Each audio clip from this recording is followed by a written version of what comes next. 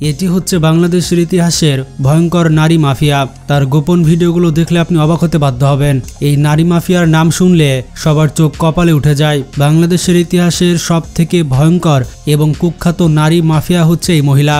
সে ছিল একজন গার্মেন্টস কর্মী। গার্মেন্টস কর্মী থেকে কিভাবে লেডি মাফিয়া হলো। দুর্গম চরাঞ্চল তিস্তাপার, চারিদিকে বালুর রাজ্য। রাজ্যের সেই বালু কন্যা হচ্ছে সূর্যমণি। গার্মেন্টস কর্মী থেকে এখন আন্তর্জাতিক লেডি মাফিয়া, যাকে সবাই এক নামেই চেনে। তার বাবা ছিলেন দিনমজুর আব্দুস সাত্তার। সূর্যমণি লালমনিরহাটের কালীগঞ্জের দরিদ্র চরাঞ্চলের একজন কন্যা। পরিবারের অভাব অনটনের কারণে কাজের খোঁজে ঢাকায় চলে আসে। তার বয়স 11 বছর থাকায় প্রথমে বাসায় কাজের মেয়ে হিসেবে কাজ করে, আর এরপরে সে হয়ে যায় গার্মেন্টস কর্মী, আর বর্তমানে বাইং হাউসের কলগার্ড। তবে এসব পেরিয়ে তার বর্তমান পরিচয় হচ্ছে মাফিয়া ডন। হেরোইন এবং কোকেনের বিশাল চালানের আটকের পর সে এখন বন্দী রয়েছে শ্রীলঙ্কার কারাগারে। বাংলাদেশি কন্যা সূর্যমণি শ্রীলঙ্কাতে আটকের পর পুরো দেশ জুড়ে আলোচনায় ছিল। আর সূর্যমণির গ্রামে গিয়ে অনেক অজানা তথ্য পাওয়া গিয়েছে। লালমনিরহাট জেলা শহর থেকে 40 কিলোমিটার দূরে কালীগঞ্জ উপজেলা রয়েছে। সেখান থেকে আরও 5 কিলোমিটার দূরে তিস্তা নদীর কোল ঘেঁষা চরাঞ্চলে হাজিরহাট গ্রামে বসবাস করত সূর্যমণি। তার বাড়িতে রয়েছে 2টি টিনের কাঁচা ঘর। সেই ঘরে কোনো আসবাবপত্র নেই, তবুও 5 বছরের আগের থেকে অনেক চাকচিক্য বেড়েছে।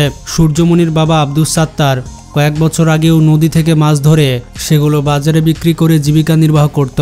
মাছ বিক্রি করে যে টাকা পেতেন তা দিয়ে তিনি সংসার চালাতেন। অভাব অনটনের কারণে 11 বছর বয়সী সূর্যমণি গার্মেন্টসে কাজ করার জন্য ঢাকায় পাড়ি দেয়। বিভিন্ন সূত্র বলছে তার জন্ম হচ্ছে 2000 সালের 14 নভেম্বর, আর জন্ম নিবন্ধন অনুযায়ী তার বয়স 11 হওয়ায় সে গার্মেন্টসে চাকরি পায়নি।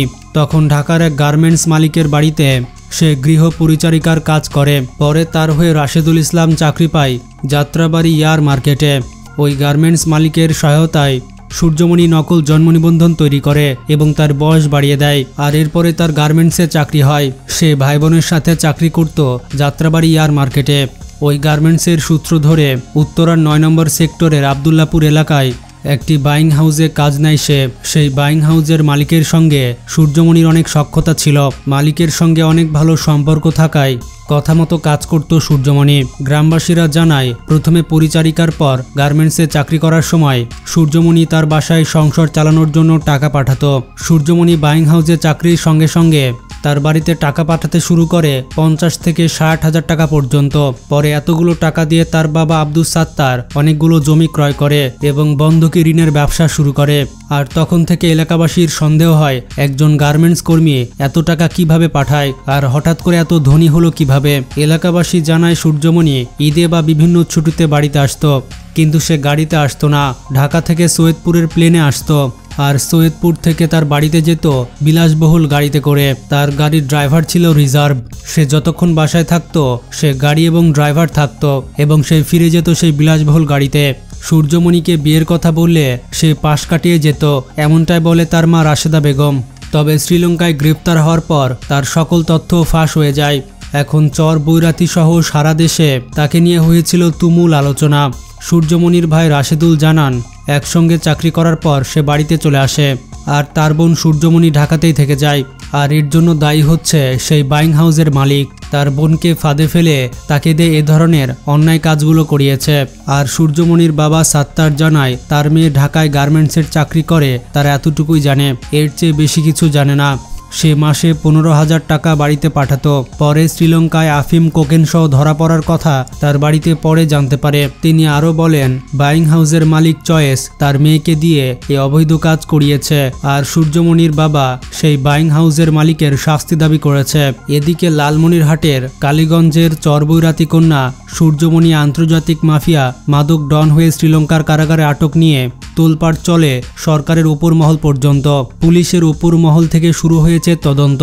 ঢাকা এসবি প্রধান অফিস থেকে আদেশ পেয়ে তদন্ত শুরু করেছে পুলিশ। লালমনিরহাটের কালীগঞ্জ থানার অফিসার্স ইনচার্জ মোহাম্মদ মকবুল হোসেন জানান উপর মহলের আদেশে খোঁজখবর নেওয়া হচ্ছে, তবে তার বিরুদ্ধে কালীগঞ্জ থানায় কোনো মামলা নেই। তবে তাদের পরিবারের লোকজন বর্তমানে আমাদের নজরদারিতে রয়েছে। এদিকে লালমনিরহাটের police super S M Rashidul Haque জানান ওপর মহলে তদন্ত হচ্ছে, এর চেয়ে বেশি কিছু বলা যাবে না। তিস্তা পাড়ের নিভৃত পল্লীর দিনমজুরের কন্যা সূর্যমণি এভাবে যে ডন হবে তা কেউ ভাবতে পারছে না। আপনাদেরকে বলে দিই 2018 সালের 17 ডিসেম্বর সূর্যমণি বিপুল পরিমাণ মাদকসহ শ্রীলঙ্কায় পুলিশের কাছে গ্রেফতার হয়ে বর্তমানে শ্রীলঙ্কার কারাগারে রয়েছে। সূর্যমণির মতো লেডি মাফিয়া এখনও বাংলাদেশে দ্বিতীয়টা খুঁজে পাওয়া যায়নি। ভিডিওটি সম্পর্কে কোনো মতামত থাকলে কমেন্টে জানান আর বেশি বেশি শেয়ার করে সবাইকে জানিয়ে দিন।